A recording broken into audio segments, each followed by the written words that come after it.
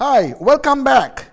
We have so far studied from Genesis to 2 Samuel, and may we start the synopsis of the books of 1 Kings and the 2 Kings. Hey, you know what? In the original Hebrew Bible, the books of 1 Kings and the 2 Kings are but one. They are just one book. It's called the Book of Kings. But in our Bibles, we have the 1 Kings and the 2 Kings, which is good because the huge volume has been divided into two, and it's easy for us to learn. Let me tell you what these two books cover. When you start looking at the book of 1 Kings, you would see that by now David is old. He is about to die. And who was going to succeed him to the throne as the next king? We know that Saul ruled for 40 years and David ruled for 40 years. And then now the son of David is going to become the next king. You will see how there were some minor problems. When you read, you will see that some fellows wanted to become the king like Adonijah, but then God's choice was Solomon. God made Solomon to succeed the throne of David. Solomon becomes the king and rules for 40 years. So you will read all about how in the old age David died a peaceful death, and then how Solomon ascended the throne, and the many exploits of Solomon. And we all know that Solomon had his good side and the bad side. Of course, when God appeared to Solomon and said, "Hey, what would you want from me?" Instead of asking for money or fame, he asked for wisdom, thereby impressing God. And God said, "Oh boy, I'm so impressed. I'm going to give you what you asked. I'm going to give you immense wisdom so that nobody before you or after you would be wiser than you. But I will also give you the things that you did not ask, such as fame and wealth." Solomon became very wealthy. And when you have a lot of money and a lot of fame, then automatically you would start attracting women. And this guy attracted women in a very huge fashion, lock, stock and barrel. He ended up marrying 700 wives and having 300 concubines. He did not just get wives from within Israel, but without, even from Egypt, Syria, and where not. He was such an attraction to many people. But then that was the cause of his demise. If you go to the 6th chapter, it will say how these wives of King Solomon caused him to backslide. Solomon's story starts in a bright manner but ends in a very bleak way. He was so spiritual, he built the temple for God. David wanted to build a temple, and God was impressed with the idea. The location was wonderful, Mount Moriah, Araunah's field. David purchased that land, great. The plan was good, everything was fine, but David was a man of war. He had shed a lot of blood. So God told David, "Your idea is wonderful. I will build a temple, but not through you, but through your son." And Solomon ended up building, a wonderful, wonderful temple. Scholars say that the amount of wealth he used, the amount of gold, silver, bronze, and the logs, the lumber, everything that he used, there is not even today, not a single building or a complex which has been built with such a lot of money. Amazing structure, amazingly rich. And Solomon built such a glorious temple, and he consecrated it to God, and God's presence descended upon that temple. And then Solomon was used by God to write some books. Some of those proverbs, when we talk about proverbs, I will remind this to you, were written by Solomon. Some of the Psalms were written by Solomon. Okay, and the book of Ecclesiastes was written by Solomon, and the book of Song of Solomon was written by Solomon. He was one of the biblical human authors. So spiritual was he. But what happened? When he grew old, his wives caused his heart to sway from God to other gods. In order to please his wives, he started building temples for those gods that his wives worshipped. And I don't believe he made it to heaven. Okay? Because the Bible, which says that he backslid, doesn't say that he came back to God. Backsliding is a negative thing, and if the Bible took the trouble to mention that, it should have taken the trouble of inscribing that he came back to God had he come back. So I don't think he came back to God.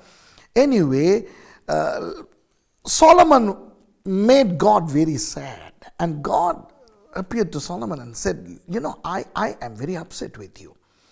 I am going to rip the kingdom of Israel into two. But because I love David so much, your dad, I don't want to rip this nation during your time because of my love for David and because of what I had told David. But Solomon, when your son ascends the throne, this nation is going to be ripped into two. And that happened, my dear friends. You will read about that in 1 Kings. After the death of Solomon, Solomon's son Rehoboam ascends the throne. But he has some young friends who gave him the wrong advice. Let me tell you briefly what wrong advice was that. When Rehoboam became the king, people approached him and said, your dad, King Solomon, had imposed a lot of taxes on us. Why? Although Solomon was wealthy, he had 1,000 official women to look after, 700 wives and 300 concubines. And people like you and I who have one wife, we know how expensive it is. Okay? To have a lot of wives involves a lot of expenditure.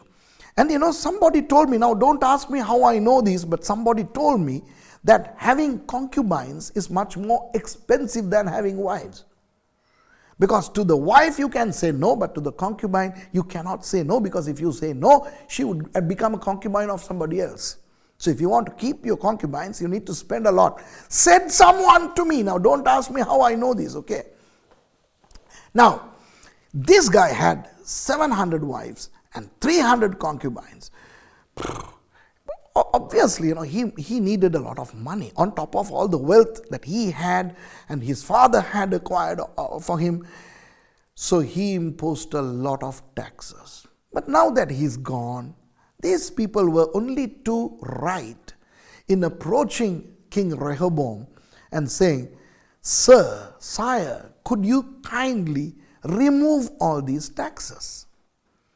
This guy says, okay, give me a couple of days, give me 3 days and I'll come back with the answer. And he asks his counselors, who were actually the counselors of his father. And they said, what these people are saying is true, sire. It's good if you reduce the taxes. But this fellow makes a wrong decision by consulting his friends. Okay? Why do you think it happened? Or why do you think God allowed it? Because God wanted to allow the nation to be ripped into two because of what Solomon did. So when he approached his young friends, the friends said, no, Rehoboam, if you give in to the requests of the people now, they will then start to dictate terms to you. Show them who you are. Go and tell them that you are thumb is thicker than the thigh of your dad. Ooh, it sounded so glorious, manly. And this guy went to Bethel and he told the people what the friends said. He said, no, I'm not reducing the taxes. On the contrary, I'm going to increase the taxes. Much to the dismay of those people. You know what they did? They nearly killed this guy. He ran for his life all the way from Bethel to Jerusalem. He landed in Jerusalem, and the people from the north side, from Bethel upwards, they got down a rebel called Jeroboam, who was a rebel during the time of King Solomon. He had fled Israel and gone and taken refuge in Egypt. These people got that guy to come back and appointed him as their king. The nation was divided into two. Now we all know that the nation of Israel, the people of Israel, are of 12 tribes. Rehoboam, the son of Solomon, the grandson of David, ended up having only 2 tribes, the tribes of Judah and Benjamin. 10 tribes left them, and they appointed their own king, Jeroboam, and they, until the day they were destroyed, existed as Israel. Okay? Now, if you look at the whole nation of Israel under Saul and David, the northern boundary was Dan, and the southern boundary was Beersheba. But now that the land is divided into two, the northern kingdom had its northern boundary Dan, as we already know, and their southern boundary became Bethel. So from Dan to Bethel became the nation of Israel. And Jeroboam, the first king of that divided Israel, erected 2 shrines, 2 temples to heathen gods. The god called Opus from Egypt, the golden calf. Remember Exodus 32? The same idol. 2 shrines, one in Dan and one in Bethel, so that the people of this northern kingdom would not be tempted to go to Jerusalem during feasts and festivals. Why? Because if these people go, perhaps they can repent. Perhaps they can compare me with the son of Solomon. Anyway, Rehoboam is the rightful heir to the throne. So they may repent and get themselves reconciled with King Rehoboam, and then I'll be gone. So in order to prevent the people from going to Jerusalem, he erected these 2 shrines, thereby leading the entire northern kingdom, consisting of 10 tribes, into idolatry. Okay? And when you read the books of 1st and 2nd Kings, every time you hit the words Ephraim or Israel or Samaria, it refers, these connotations refer to the northern kingdom of Israel. They continued to be called Israel because they were the majority. 10 out of 12 in the north. So they continued to call themselves Israel. But then let's look at the south. Rehoboam got only 2 tribes to rule, his own tribe, the tribe of Judah, and Benjamin. So the tribes of Judah and Benjamin became the southern kingdom, and they discontinued using the name Israel, and they started calling themselves the kingdom of Judah. So my dear friends, after Solomon, when you read the books of 1st and the 2nd Kings, if you see the expression Israel, remember it refers only to the northern kingdom. Whenever it says Judah, then that is talking about the southern kingdom. So the northern kingdom with 10 tribes from Dan to Bethel, and the southern kingdom of Judah from below Bethel all the way to Beersheba, having Jerusalem as its continued capital. Okay. Now let's start talking about the northern kingdom a little bit more. From the time they separated from Rehoboam, they continued as a nation until the year 722 BC. Okay. So this story happens around 930 BC, Solomon and the division of the land. So we are talking about around 200 or 220 years of existence of the northern kingdom until they were captured by Assyria and they were dispersed throughout the Assyrian world. Okay. So you will read about 19 kings starting from Jeroboam all the way to a king called Hoshea. Now don't confuse Hoshea with the prophet Hosea, about who we will talk later on in our series. He was Hosea. Hosea was a common name. You know, Joshua, Hosea, Josiah, Isaiah. These are all Uzziah. These are all the same name with different pronunciation, meaning the Lord is our salvation. Okay. So these are common names. So don't confuse the last king of the northern kingdom, Hoshea, to the prophet Hosea. Okay. 19 kings from Jeroboam to Hoshea. But remember, these did not come from the tribe of Judah. They are not descendants of David. Okay, they just became kings, and sometimes at times a king's son became a king, but then somebody else would come and slay this guy and he would become a king. So it was a very unorderly existence up in the north.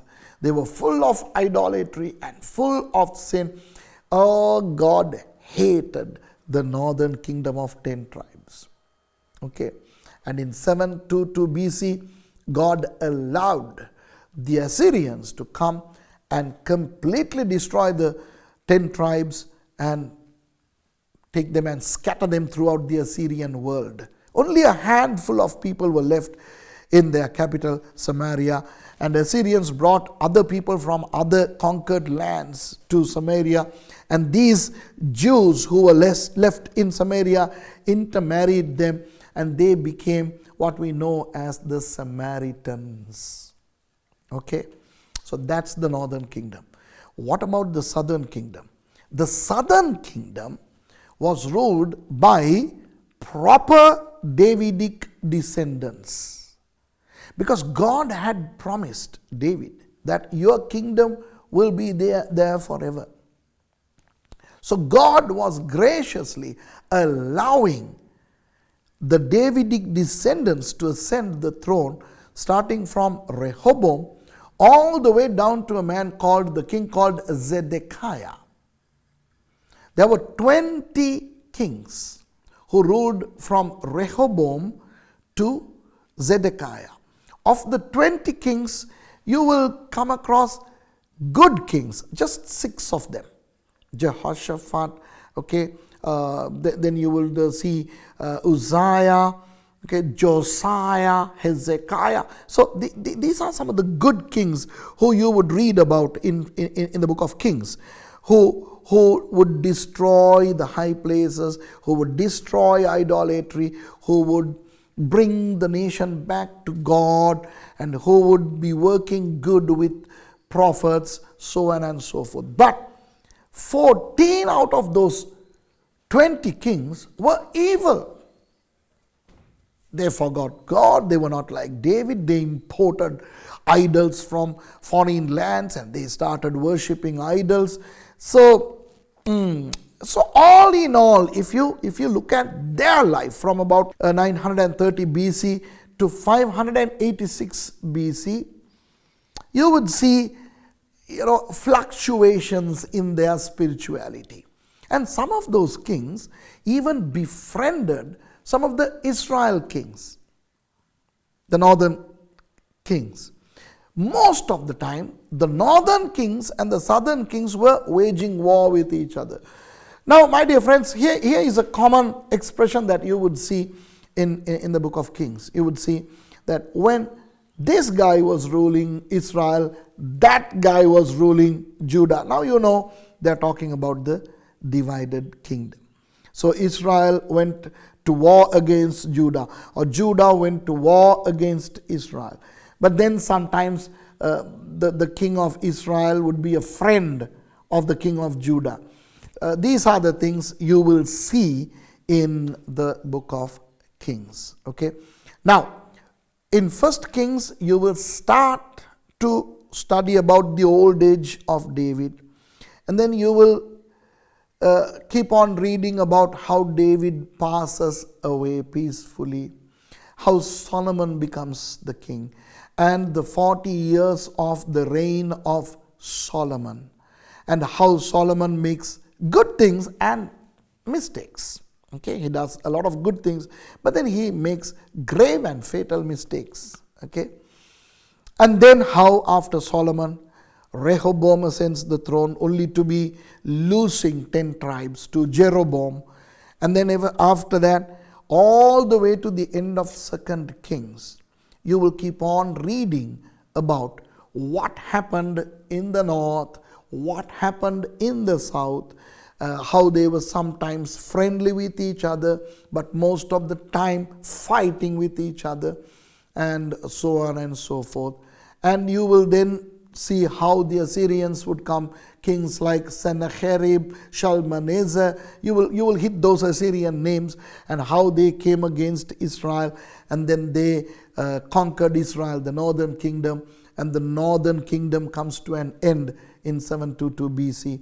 But then the southern kingdom continues to exist. During King Hezekiah, you would read how Assyrians threatened Hezekiah also to capture the southern kingdom. Now that they had conquered the northern kingdom, conquering the southern kingdom would be peanuts. Simple. But prophet Isaiah comes to Hezekiah's aid. Hezekiah was a wonderful king. He prays, and how Sennacherib, the king of the Assyrians, was completely defeated by an angel of death. You would see all that. Beautiful stories are there. And then you would see how God was warning the southern kingdom also. Hey, you are also off track. There have been times when you were okay with me, but most of the time you are off track. So I'm going to punish you. I'm going to chastise you. I'm going to allow Babylonians to come and capture you. And these people don't listen. And eventually, God stirs up the heart of Nebuchadnezzar, the Babylonian king, who invades Judah, the southern kingdom, and they conquer these people. You would read three invasions of Babylon. In 609 BC, then 597 BC, and finally in 586 BC. So by the time you come to the end of 2 Kings, you will see that even the southern kingdom is taken captive to Babylon. Until next time, enjoy the books of 1 Kings and the 2 Kings. And next time, I'm going to tell you what about the books of 1 Chronicles and 2 Chronicles. They look almost the same as the books of Kings. So why repetition? Are they similar? Are they different? What? Next time. See you. Bye.